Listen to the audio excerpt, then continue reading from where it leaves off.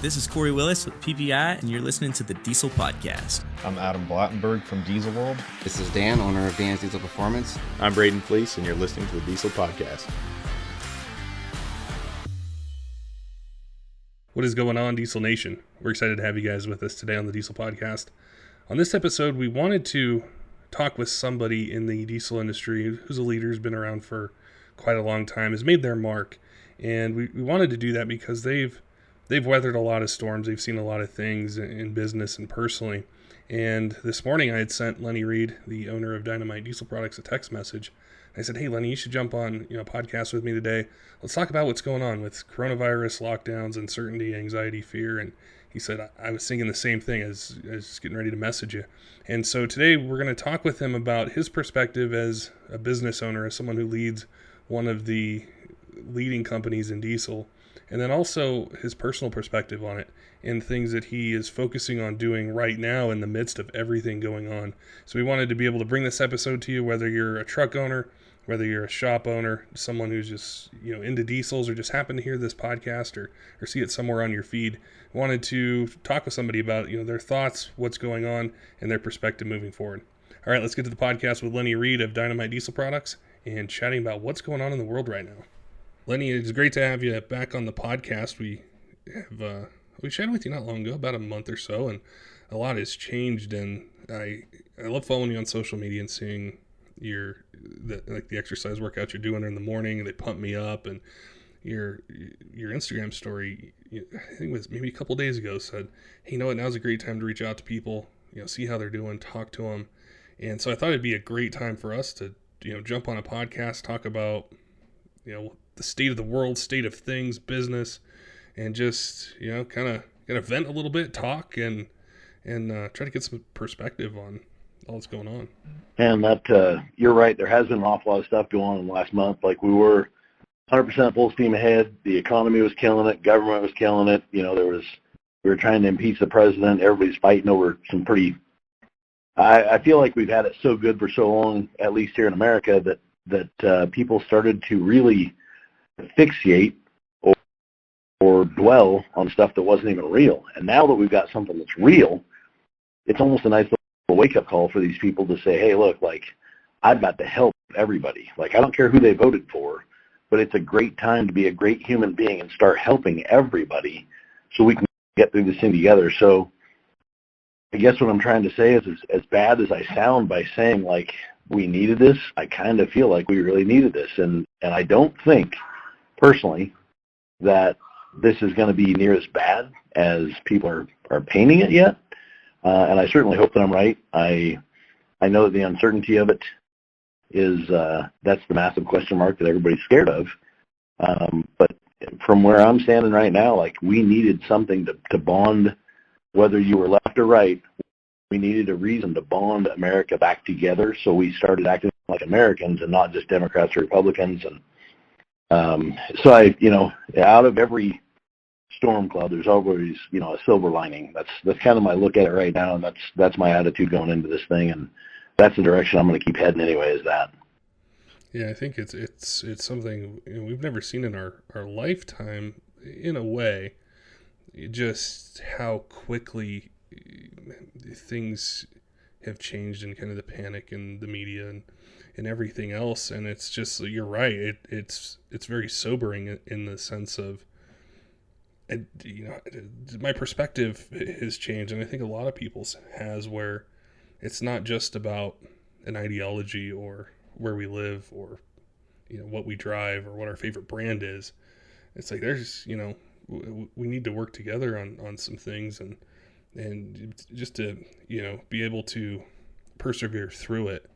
And I wanted to ask you, do you have a unique perspective in what you do as a leading manufacturer in your industry? Is, what is the sentiment? What feedback are you getting from, your peers and competitors and friends and people you've known for years on this whole situation? Being a company owner, I feel that it's my job daily to maintain relationships with people that I vend with, whether I buy from them or I sell to them, and not only just with injectors, which is what we, that's our specialty, but basically people in the whole entire industry. And I try to speak to, bankers and people outside of my industry as well that sort of fit into my industry.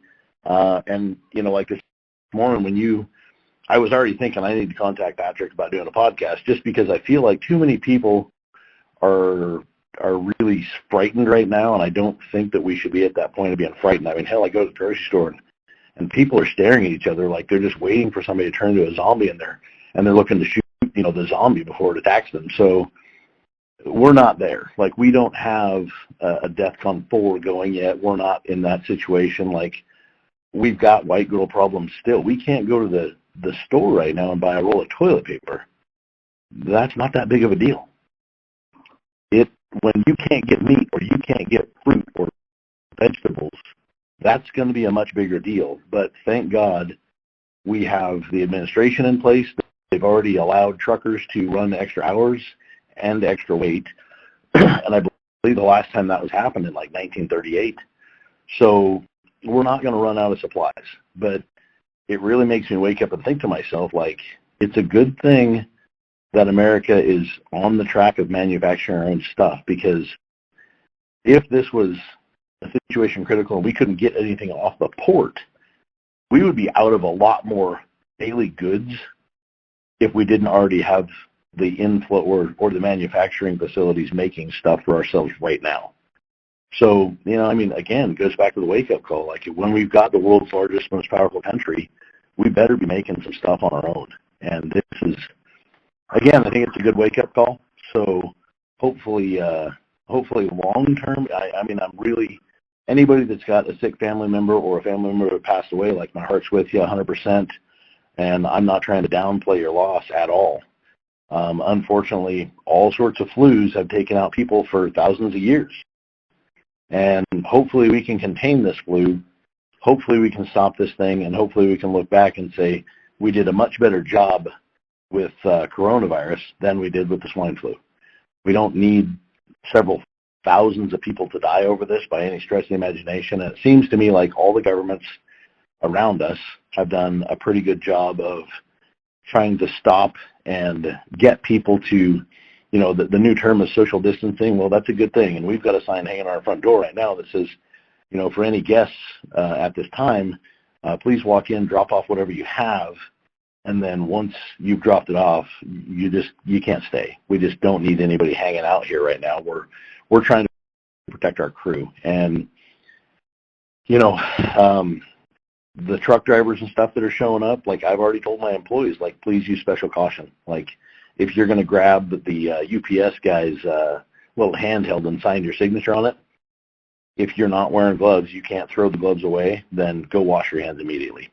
And not that the UPS driver's sick, but, they're claiming that this thing, you don't show signs of any symptoms for, a few weeks, I think they're saying, before, so you could be carrying it and transmit it to one of my employees or myself, and we could carry it and then go give it to our grandma. So trying to stay extra clean right now is going to be key, and being aware of your environment. If you're around somebody that's sneezing, get the hell out. And if you're an employee that's sneezing, coughing, hacking, go home.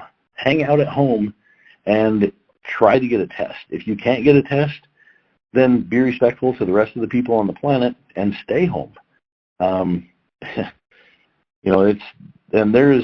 There's so many things that I want to say, but I can't because I don't know enough about all of them. What I do know is Washington State is only 30 minutes away from us, and that's a state where they've already shut down all the restaurants. And those restaurants, all of them have employees that are currently sitting at home with their kids because schools are now shut down. And, they're claiming the schools are going to be shut down. I heard a rumor this morning. It's not, I say a rumor because it's not confirmed yet, but they're claiming they might have no more school this year for the kids. Insane. There's no school programs to keep the kids going to volleyball or basketball or baseball. The kids have nothing to do. So this is really, we've been through other stuff in our life, like 9/11. That was a massive blow to this country for sure. But above and beyond that massive blow, there was, once we cleaned up the pieces, once we mourned over the losses, we knew that building was not going to kill anybody else. And right now the uncertainty is we don't know how many people that coronavirus could actually kill. I'm concerned, and everybody should be. But on the backside of this, I think it's going to be fairly short-lived. I really do. And everybody I spoke to this morning, which I've called a bunch of people today, everybody is still standing on the gas pedal 100%, and nobody's getting ready to lay anybody off. Everybody's asked their employees to stay home if they're sick. But all of my friends and all my colleagues that I've been speaking to today have been 100% positive on the rebound of this being extremely good. So, yeah, the attitude is quite weird. I think these podcasts and whatever we can do to kind of uplift the morale of people is going to be a good thing. But I personally feel like on the backside of this, we're Americans, and for at least 10 years now, we've been squabbling and nitpicking little problems and turning them into things that they didn't need to be turned into. And now that we've got something real and it's in our face, hopefully in 6 to 8 weeks, the losses were minimal. Everybody's back to being healthy. And when you start to see people come into contact with one another, there's more respect and there's more care and passion given from one to another from here on out. It's been really interesting, and I'm as guilty as anyone of doing this. Is I get in my lane and I get in my focus, and I tend to stay there. And what I've been seeing, and I've been reading a ton, like I just want to hear different stories and perspectives and as many things as I can. And I remember vaguely in January hearing on the news of something going on in China, but I thought, in my own mind, it's a problem on another continent, and I didn't think anything. And I've realized how interconnected we are as a world, but specifically, talking about our country, is I was reading an interview it's a college kid, and they were talking about, I think they're in California, and they were talking about the personal responsibility that they felt to make sure that they distance themselves from their friends, that they changed their lifestyle because they didn't want to feel the guilt or know that they, inadvertently had it, were asymptomatic, didn't have anything, and infected someone. And I'm hearing this from younger people and, some of the perspectives they have. And it goes back to what you said at the beginning of the podcast with how we let these things get in the way of what we're doing, what we're trying to do, but we're all affected by it. And I found some inspiration in that. I found, just, I guess you call it a human side to it, where, we have an opportunity to care and to help and do those things. And I wanted to kind of switch that a little bit because you'd mentioned manufacturing, and that's something that I didn't know how much of our economy was based on things coming from other places. And I know that's been something that's, changed over the last 3.5 years, but it's amazing how many resources and how much expertise is here that we're going to have to unleash. And I think that's what's taking place in, different things that just happened this week, is unleashing that to be able to handle, what's going on.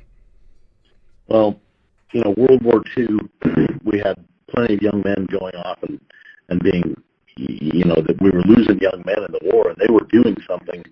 So this generation today could live the lifestyle that this generation lives, during Vietnam. And then during that, we had women that were going to factories and they were making military goods, and those military goods were being flown over and given to our boys that were fighting the fight.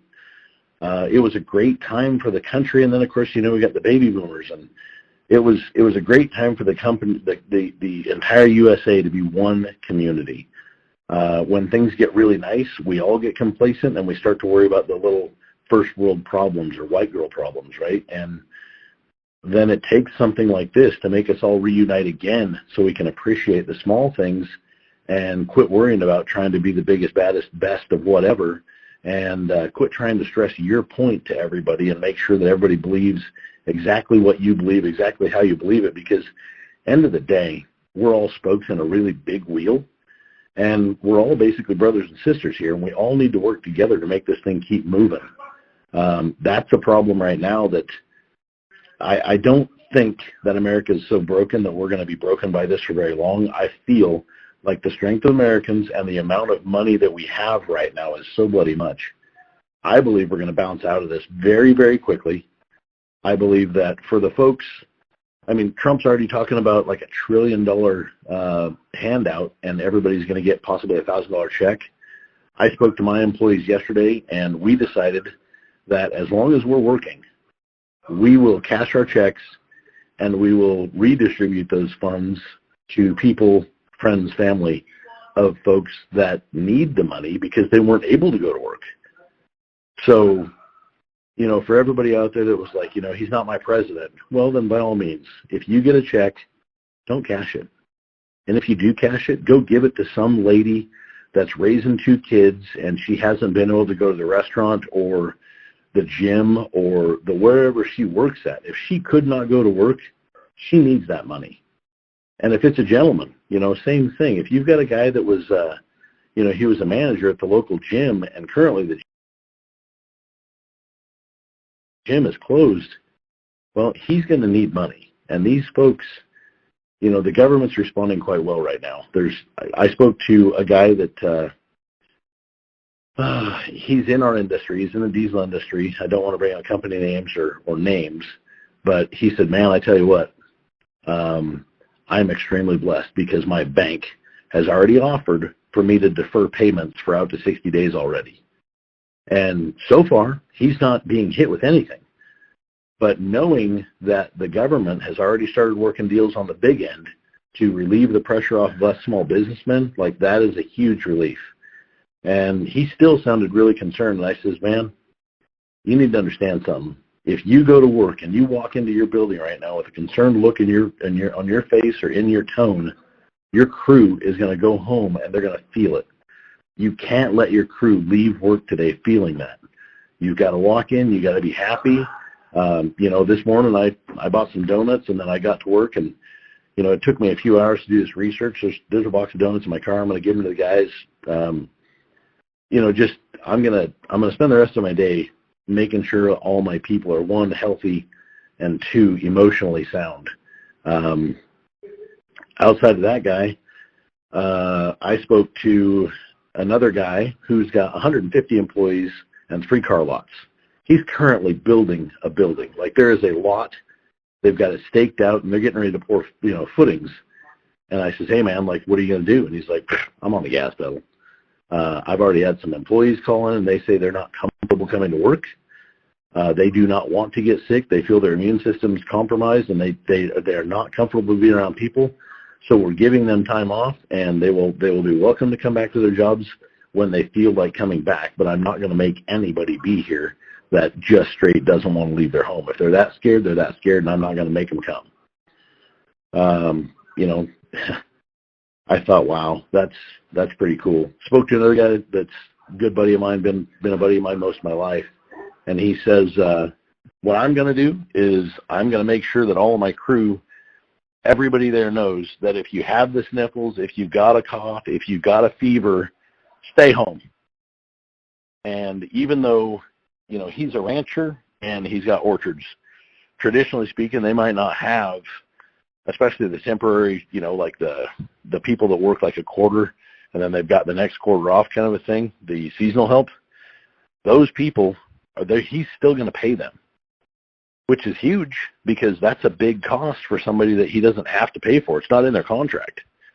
But again, you know, he's all out American, and he's like, man, we got to do it. We got to keep, if I got one guy and I got to give him $200 or $300 to stay home and save the rest of my crew, then it's a great investment. And I thought, man, that's the way to be. So, gosh, I spoke to banker. I'm actually, and again, like I feel it's full speed ahead. So with the market doing what it's done, I was going to be buying a new house, and I had my house on the market, and this morning I took my house off the market. I'm not going to do that.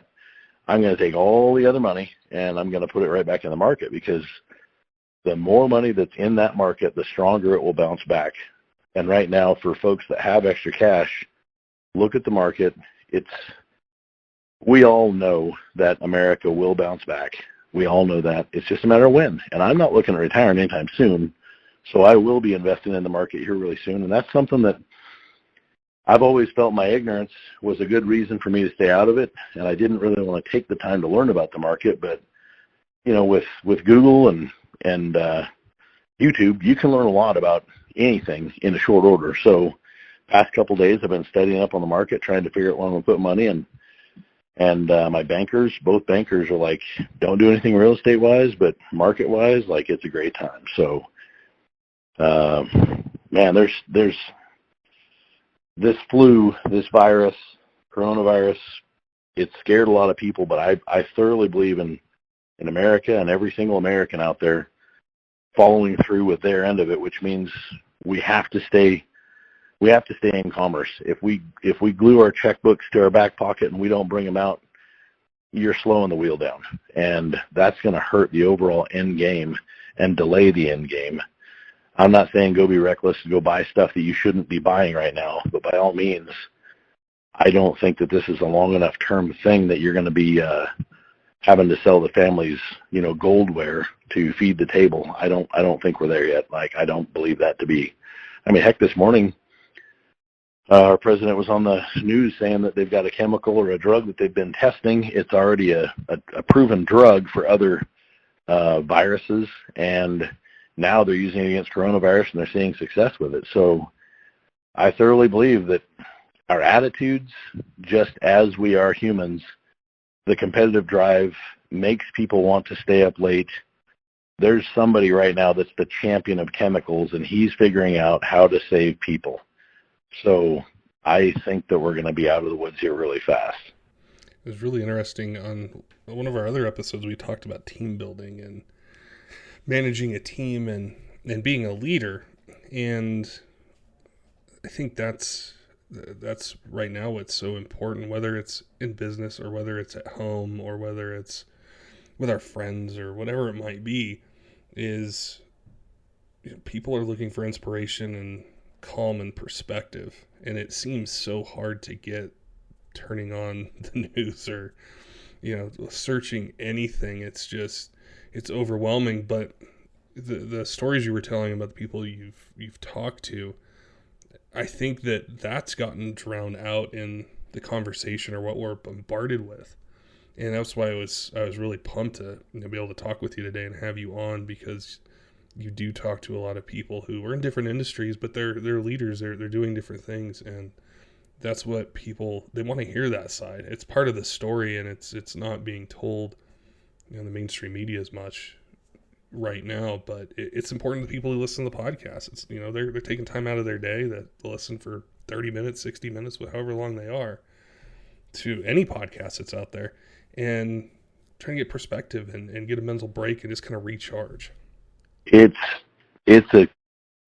with as much information as we have, you and I have accessible to us, the younger people, the 20-year-olds, the 25-year-olds, when I speak to those folks, that's a different generation than I was in. And they refer to people that they follow as my friend so-and-so, my friend so-and-so. And that person has no idea who I'm speaking to. They've never spoke. They've never shook hands. They don't know them.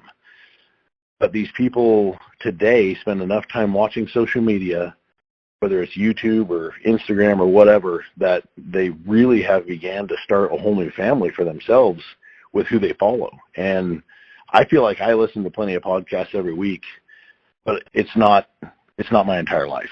And some of the folks out there that are going to be listening to us, this is exactly how they gain information, and it was not available when I was that age. So that's the other problem I think right now, man, is everybody's got a computer in their front pocket, and that computer will feed them full of bullshit in a matter of seconds. Non-documented, non-confirmed bullshit. But if somebody typed it or somebody said it, it must be gospel until it's proven wrong. But right now, if you're scared off of a rumor, that's a bad spot for all of us to be in, is that. If you're frightened off of facts, well, you've got a good reason to be frightened. But I don't believe that some of the stuff that we're being fed off the news sex and drama sell. Everybody wants to watch misery. And the news knows that, and they're trying to build up ratings every single minute they're on the air. And if they say, hey, look, this is already starting to subside, it's already starting to fix itself, well, tomorrow they've got to think of something else to draw you back in with. So unfortunately, I really feel like planting fear in people has become a way of life for far too many folks. And, I hate that part of this, but that's exactly the society we live in, is trying to keep people interested and entertained, because that's where the money comes in at. If schools, the unfortunate part is the schools, children worldwide are going to be missing school. So competitively, not just the children of the U.S. are missing out on days of education. We're not falling behind because of that, because other countries have got children that are not going to school as well. So we're not missing a day of competitive training, and really that's what school is. We're training our kids how to run this country next. If we miss 3, 4, 5 months of that, if we miss from now until June because of this virus, but it keeps the generation healthy, all right, I'm in. I'm down with that. The problem is now we've got that many more people that were making just enough money to get by and pay their house payment and pay their car payment, and they're doing everything right. And those people now have kids sitting at home going stir crazy, and you got a brother and a sister that are fighting because they got nowhere to go. They got nowhere to exert their energy. They can't go to baseball practice. They can't go to track practice. What do we do with these kids for the next few months? Well, the kids, they're going to have to learn something that you and I never learned, which, ultimately was like my mom and dad have to be at work, and I've got to be responsible and take care of the house until they show up, and I've got a full half a year off of school to not kill my sister. Well, that's a whole new challenge, and that's something that hopefully we never see in our lives ever again. It's there's just so much to this entire thing. It's not just the flu. It's what the flu is doing to people and their daily lives. Here at my shop, I'm going to knock on wood right now because extremely blessed. All of my crew is here. Everybody is healthy, but this is flu season. And even if they don't get the coronavirus, if one of my staff members, one of them texted in yesterday and says she was feeling real sick, she had sharp pains, blah, blah, blah, ended up being a kidney infection. Well, fantastic. At least that is a locked in, dialed in, we know what's wrong with you, you know how to fix it, boom, we're done. If it was the flu, I couldn't have her come back to work for maybe close to a month.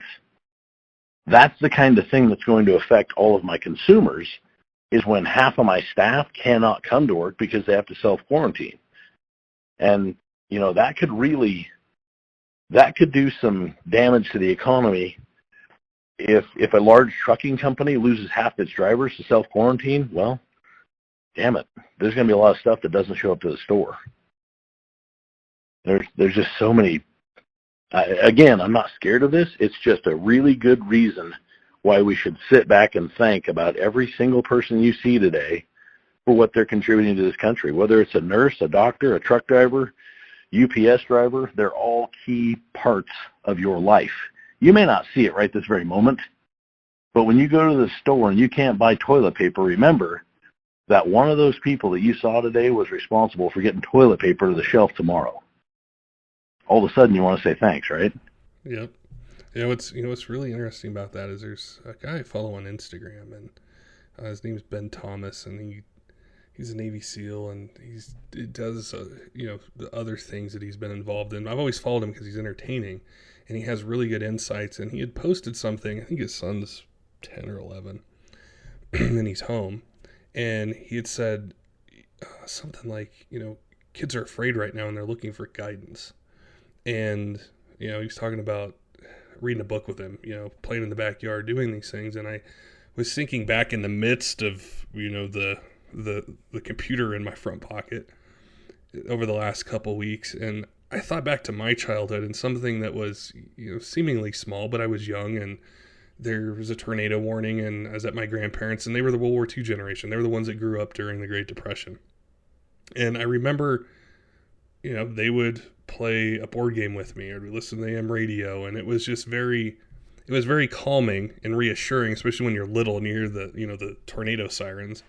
And I thought that lesson there was what I went back to. I went back to something a long time ago to try to gain some perspective. And I think as we translate that into being a leader, a business owner, a leader in your industry, whatever industry that it is, that lesson's the same. Like your whole crew's looking to you.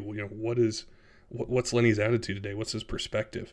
And it's happening all over America and everything. I think that's really the key in all this, with uncertainty and things we don't know are going to happen, is that right there, like previous generations have dealt with. This isn't the first time in human history something like this has happened. And, how did they deal with it? Well, this isn't even the worst. No. I would way rather live this than live. I would way rather be right where I'm at right now than to have been in New York or during 9/11. Yeah. Those people saw the most horrific stuff that you could possibly imagine in their own backyard. During, any of the world wars, like that was a thing. To be a citizen, you had to contribute to the machine, but you didn't have these little squabbles at home over who was going to use which bathroom or which team am I on, the boys or girls. Like that kind of stuff is so petty. It's so first world. This kind of stuff where it's going to be like make it or break it for life. This really will, I hate to put a positive spin on death. And again, if you've lost a family member, if you've got a sick family member, like me and my company will do anything we can to anybody that we can to help. I promise that. But this is really, we've gotten so good at being good. I feel like the government's done a pretty damn good job right now of asking people to contain. I feel like, the kids that are on the beach right now, they don't see how reckless it is, and they're starting to shut down beaches, which sucks because you've got these guys that rent jet skis, and that is a seasonal thing. And these jet ski companies, they just came out of winter, and now they're out of money, and they're just getting ready to start rolling again and make money, and they're being told that the beaches are going to be closed for months. Well, shit, that's like having 2 winters in a row for these people, Yeah. and they're not going to make it. We are living in a very fast-moving economy, and right now, like the government's all saying, look, it's going to be 6 or 8 weeks, and we're hearing rumors of this, we're hearing rumors of that. My opinion, my advice is do your very best at being you today, just like you should have yesterday, and the day before, and the day before. Help everybody that needs a hand, and whatever is asked of you, do it to your very best. If you're asked to stay home because you are sniffling and sneezing and coughing, then please go home and don't spread it. If you might be a carrier, don't spread it. Don't be stubborn and say, no, I'm okay. I've been worse sick in my life. Well, that's true, but if you hand it out to somebody else that hands it out to an 85-year-old, and we kill an 85-year-old, well, that's bad. And the more people that get this, the slower that the economy is going to bounce back, the slower that the restaurants will start to open again. And right now, my heart goes out to every hairdresser, every tanning salon owner, every gym owner, every restaurant bar manager, every restaurant server, everybody who's sitting at work going, when do I get to go back to work? Like, those people are the ones that they've already been instantly affected. We here, this week's been busy because all of a sudden people that wanted to possibly buy a new truck, they know they're not buying a new truck now. And they know that they need to get it fixed, and since there's fear of potentially things being shut off, they want to get it fixed right now. So they're not willing to wait 2 more weeks when the economy might be shut off or when their shop owner is completely locked up. They're trying to get stuff fixed right now. So I think everything's going to happen in waves. Right now, we're blessed. We're busy. The people that are in the food industry, well, that's been kind of a jammed up deal for them because, for the longest, ever since Trump became president, there's been a bunch of tariffs on our crops and our goods going across the ocean. So we've had a surplus of food. And now, well, apples don't last forever. Cherries don't last forever. Lettuce doesn't last forever. So now we're going to start consuming our own goods, and the farmers are going to be doing well because they can now get rid of crops quite quickly. Ranchers, again, those guys are going to do well. But we also have probably the finest people on the planet overseeing our food to make sure our food is not contaminated. So, again, like America's doing a damn good job. Canada's doing a damn good job. We just got a lot of people. And it's time for people to quit bickering and start hugging, like just be nice. Like I walk in the grocery store and I'm overly nice to everybody, and the attitude of people changes within 2 seconds. It's amazing to watch somebody's face turn from, oh my God, does he have the virus, Yeah. to happy, smiley. As soon as I smile and go, hey man, how you doing today? How's your day? How's things going? Trying to make a joke. Like, they still don't know if I have the virus, but as long as I stay 6 feet back and don't sneeze on them, my attitude just made their day. And I think that everybody that's listening to this podcast right now, I hope you release it very soon. Please, when you go out in public, be as nice as humanly possible, because everybody is extremely stressed out right now. And if you can diffuse that stress by being extremely nice, you've done a great thing today. That's great advice, and it's always great to chat with you and get your perspectives. And I look forward to doing it again, soon as we all go through this whole process. But that all hit home, and that's stuff we could control. All the other stuff we can't. So I know you guys are busy and got a ton on your plate, making things happen.